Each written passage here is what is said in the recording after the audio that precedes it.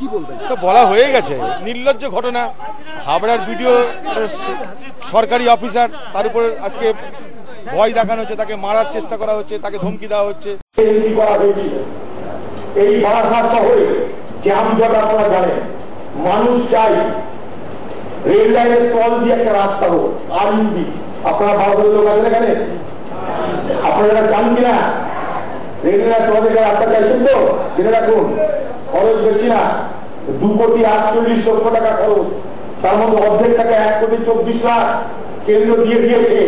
আর আমাদের এখানকার যিনি খুব এখানকার বাহাদুরি করে ওনার মতো নীতি নাই, তিনি 1,24,00,000 টাকা দিদির কাছ থেকে জোগাড় করতে পারেননি। কারণ তিনি পারেননি এই কারণে যে তিনি মানুষের জন্য চিন্তা করার সময় নাই তার বর কোথায় মন্ত্রী হবে, ডাক্তারি ছেড়ে মন্ত্রিত্ব পিছনে দৌড়ার জন্য তিনি ব্যস্ত।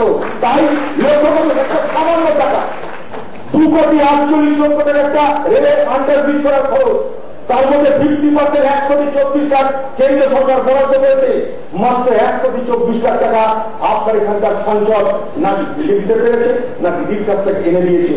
দুবেলা দিদির হয়ে কবি ওকালতি করেন উনি, আমরা জানি, কিন্তু দিদির কাছ থেকে 1,24,00,000 টাকা নিচে আনতে পারতেন না।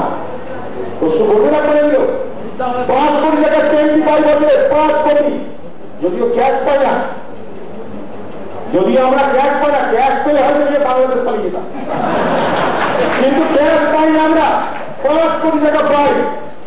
এই বারাসাতের জন্য যারা এমপি হয়, এই বারাসাতের জন্য 1,24,00,000 টাকা জোগাড় করতে পারে না, তারা বলছে যে কংগ্রেসকে ভোট দিলে সিপিএম শক্তিশালী হবে, তাদের কাছে শুনতে হবে আমাদের।